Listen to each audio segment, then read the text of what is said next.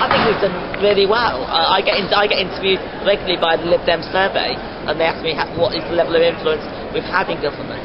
And I've had no reason to change it from about 7 throughout the course of the coalition. We are the junior partner, naturally, so by no means are we expecting to get the majority of our manifesto in place. But we do punch above our weight. We really do put forward key policies, such as raising the income tax threshold, getting the fuel premium in place, but also, as well as that, stopping policies from the Tories, stopping the stimulus charter, stopping the increase in inheritance tax. These are key things we've stopped, and we've made them actually return to the centre ground, and we've pushed forward through key Liberal policies as well. Well, I joined the party in 2011, so it was sort of post the whole, at the point where people were very angry with us, I actually was quite attracted to what we were doing in government. I got sort of the whole Clegmania thing at the age of 16, and then went off from it a bit, but met some Lib Dems and got involved, and they were doing really good things actually in government, and then I found out more as I campaigned on sort of putting up pensions, cutting tax on the poorest, and it's just the things it's going to be difficult when you're the smaller party in a coalition, but we've got so much through, and I'm really proud of that. Well, we've been kind of grown up, we've been kind of progressive, serious, I'd say, being serious. I think we've come a long way. I think we've improved as we've gone along. I think in many respects we've done very well. I think in many respects, given that we're very much a minority partner in the coalition in terms of numbers of seats, I think we have significant achievements to our name, from taking a lot of people out of tax that are on very modest incomes, from relinking pensions to earnings, something Labour never did in 13 years, from equal marriage, so fantastic. That makes me so proud to be a Lib Dem. And the thing is that even if that had been the only thing we did in government, it would have been worth us having been in government. Having said all of that, there's been things that we've done in government that I think we should not be proud of, even if we did them under duress, even if we did them with like a hand tied behind our back. Some of the attacks on people on welfare, some of the rhetoric that's been used, not by our ministers, but ultimately by members of the coalition government.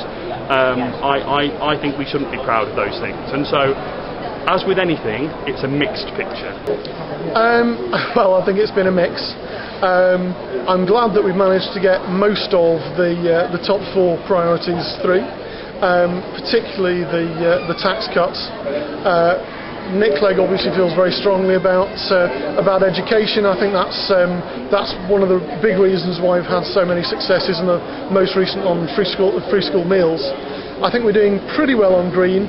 The big problem is that the Tories, before the election, were very keen on the environment, and one of the things we found going into coalition was, did they really mean it? And we found out that some of them did, but a lot of them didn't. And political reform has been a bit of a washout, hasn't it? But since the EV referendum, since Cameron sort of betrayed us on that, I think things changed, and the whole attitude of the leadership changed as well. We started showing our differences, so I think we've continued to do that, and it's improving all the time.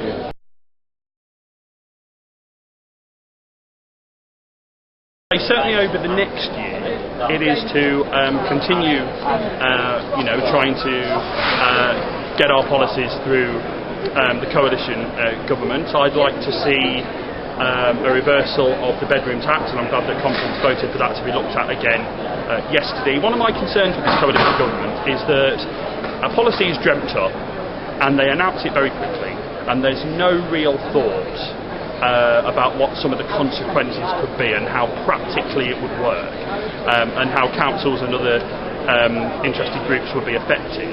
And so I think we need to have much more consideration before things are put out. And so I'd like to see much more consideration of proposals.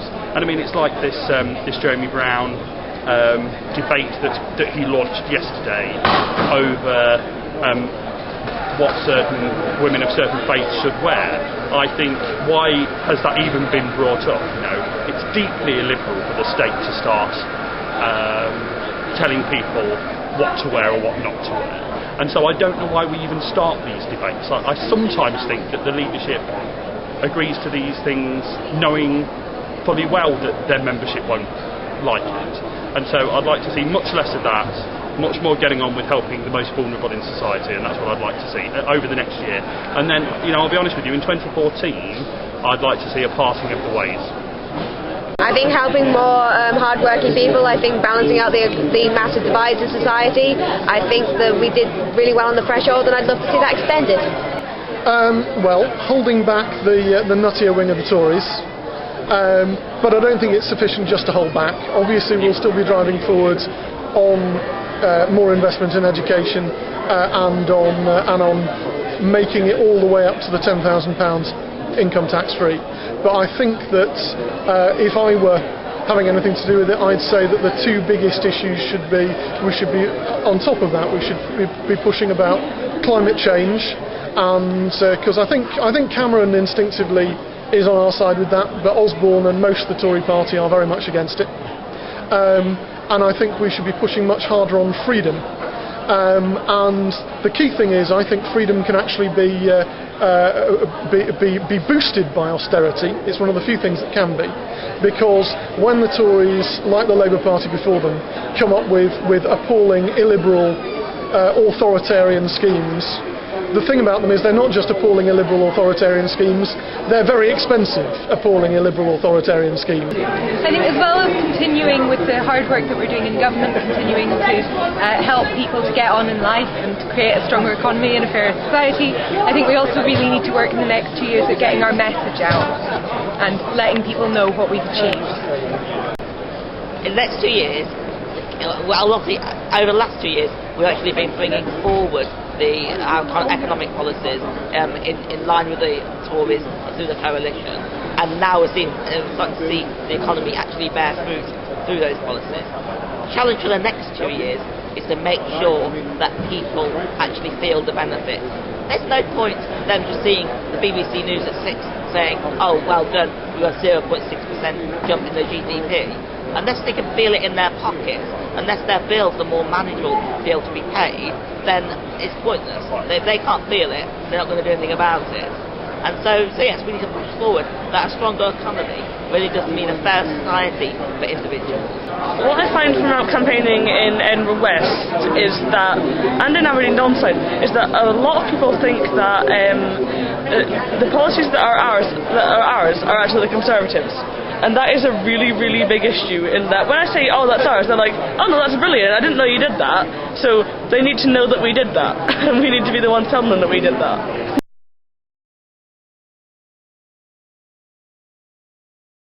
I think the leadership's going in the right direction, saying all the right things about our achievements, talking about how Conservatives and Labour just can't achieve what we want to achieve on their own. I think the Conservatives can't achieve fairness because of vested interests and prejudices.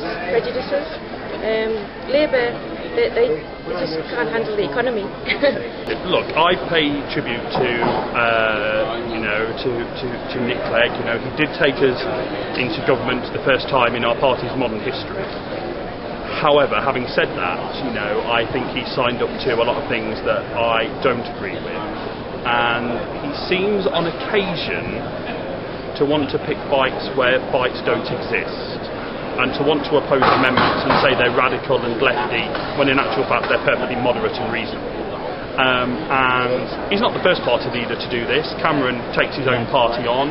Blair famously was against many of his own party members, and I sometimes think they do it because the papers will report that, look at how strong they're being, they're taking on the vested interest in their own party.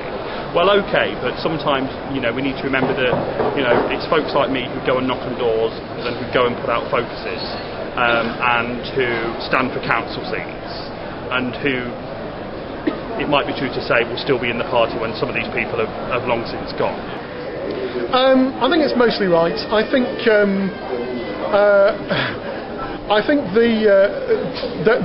are two elements to it. One is there's the more sort of consensus building, managerialist, stronger economy, fairer society message. Now I agree with that. And I think we need that in order to say to people, actually we can do this. but it's not sufficient. I think we also need to get across more of our green identity, more of our liberal identity. We need to talk more about freedom, because although that's not the intention, the stronger economy sounds a little bit like the Tories and Labour can't deliver. The fairer society sounds a little bit like Labour and the Tories can't deliver. If we're not careful, that can get lost in the mix, and people can just hear, well, that's a bit Labour and that's a bit Tory. And we're not just a bit Labour and a bit Tory, we're a lot Liberal Democrat. I'm broadly happy with it. You never agree with everything, even if there's a Lib Dem majority government. One of my big, I'll be interested to see what we come up with on immigration, because I'm a member of Amnesty International at Edinburgh University, and that's a big issue for me, especially the rights of asylum seekers. So it depends what we come up with on that. I might have to have a bit of a fight over that one, but at the moment I'm pretty happy with how things are going. I think it's been a really strong one. I think we have difficulties with the Tory right in being able to try and go down the garden path of Euroscepticism and trying to bring in true blue policies. Cameron's had a real problem with trying to contain them, because he's not one of them, although at times he'd like to appear to be. I think on the opposite side with Nick, we have to admit that Liberal Democrats have come from a strong and proud history of centre-left politics, and Nick bringing the party into the centre ground understandably brings about concern. But he's done it, and people have worked with him in accomplishing the challenge to change and still stay true to our values and principles really well, unlike the Tories. I think the leadership are trying to listen a little bit more. I think this time we've seen a lot more leadership sort of involvement in debates. I'd like them to stop going after us and attacking us and thinking as soon as we open our mouths we're criticising them, and sort of trying to be more communicating. I think it's just a lack of communication between membership and between the leadership, and as soon as we get that sorted, everybody should be happy. Okay. Yeah, I think it's improving their communication with us. I think once we came into government, they started to ignore us a little bit, started to do things that they felt they had to do for government. But I think now that that's beginning to change, and like Alex says, they have been involved in debates far more. You've seen them around, they've been approachable as conference, yeah.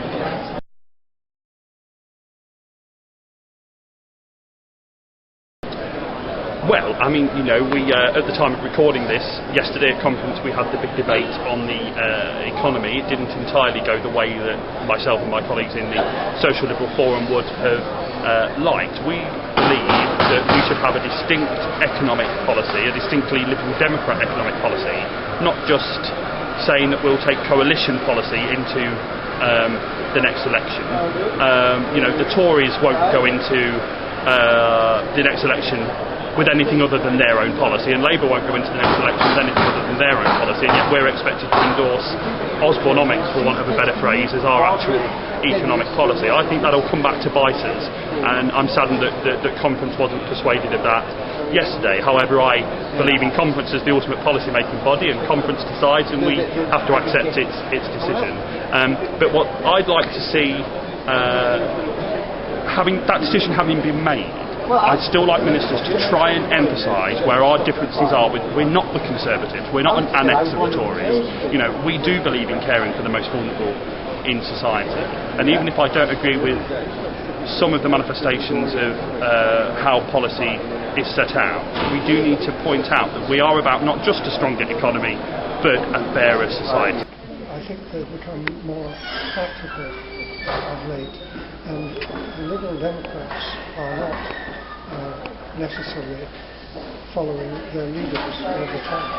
They are inclined to think for themselves, and most often, of course, they do. I think the message of stronger economy, fairer society is a great message, and obviously saying that how the Conservatives cannot achieve it and Labour can't achieve it on their own. And I think with the weak leadership of the two parties, I think they've got little chance of getting a majority anyway.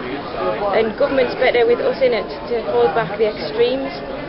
If the Tories were still in on their own on a majority, they'd be cutting 10% off welfare for the unemployed if you're unemployed for more than a year. I mean, some of the damage some of their extreme policies can do is just ridiculous. Well, I think we've got a really good slogan now. We've got Stronger Economy, Fairer Society. We're starting to get a concise message centred around that. And I think that's something that's very short and sharp and that people are going to begin to associate with us. And I think that if we keep saying that, then people are going to start hearing it. I think don't be afraid to brag, don't be afraid to go out there and say what you love and say what we've done in government. I think, people might think it's big-headed, but I think we just need to go out and shout out about what we're proud about, basically. Our strongest message is, in many ways, our simplest message, which is a stronger economy and a better society.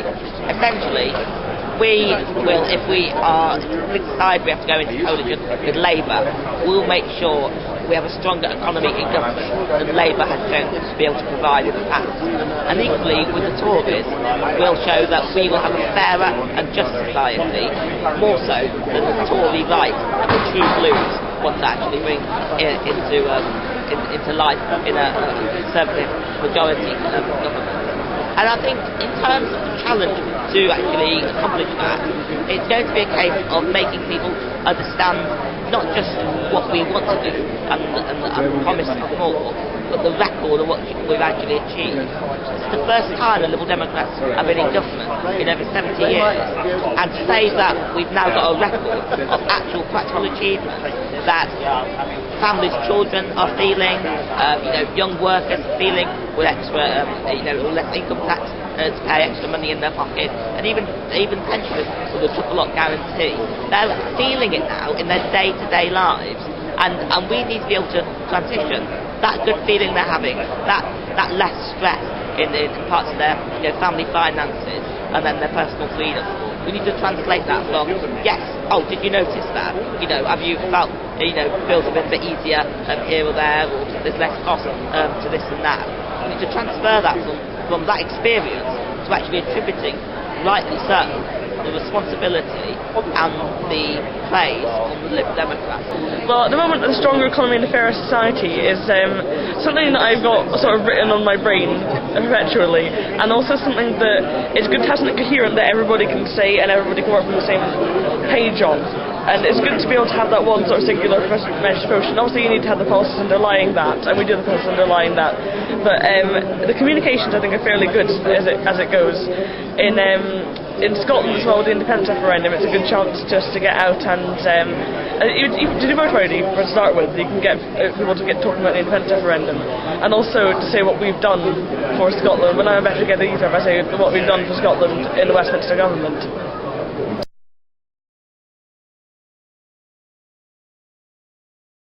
Am I an optimist or a pessimist? I'm a realist. I think the party started off very optimistic because it wanted to make the best out of coalition, and I think that was the right decision, because you couldn't have gone into a coalition after so long without there being one, without a degree of optimism. It would have just been too guarded. Obviously the Tories decided very early on that they wanted to stuff us. And so you can't be. So you've got to be pessimistic about Tory intentions. You've certainly got to be pessimistic about Labour intentions, but you've got to be optimistic about getting something done, because otherwise all you can do is say no, and there's no point in government just to say no, even if it's saying no to Peter Bone and Nadine Dorries, and that's the right thing to do. Fantastic. Thanks very much. Thank you. I think that the Liberal Democrat conferences are always bringing together people who really want to participate and feed ideas, and I think that is quite a successful method of doing it. It's not just about waving flags. I'm an optimist, I think, because I don't think Labour or Conservatives can get a majority. I do think, okay, we might get damaged in the process, but I do think that we can do really good in government, and the electorate will realise this, and I think they're realising more getting used to a coalition, the idea of a coalition, and I think they could return us into a coalition just to keep back the extremes of the Tories and Labour. Am I an optimist or a pessimist? I think I'm a bit of both, is the absolute honest truth to that. I'm an optimist about my local area and my local wards. You know, I believe in being local councils should be kind of cabinet members for their wards, and I'm very passionate about rebuilding our local community in my area and delivering investment and new jobs. So I'm very positive locally. Nationally, I'd like to be, but I think there's lots of people suffering, and there's not much of a visible, tangible sign yet that things are getting very much better. And I hope that'll change, but I am a bit pessimistic about whether that'll be in the short term or not. I think I'm an optimist just because that's generally how I've always been in life. It's like, I'd like to believe that everything will be fine. I think if you think that you're going to end up in a bad place, you will end up in a bad place. If you're like, no, this is going to be great, we'll be fine, everything will be fantastic. You have a sort of positive attitude, and a positive attitude builds sort of like a good consensus and a good space to work in. If you have a negative attitude, it all gets a bit depressing. So that's why I like to think optimism is the best way to go. I'm the eternal optimist. I think there's always going to be something better. We will always have Alistair Carmichael in Orkney and Shetland, and as long as we have him, we're going to be okay. Yeah, I'm an optimist as well. I really do think things are starting to get better, and I think people are going to start to recognise that quite soon.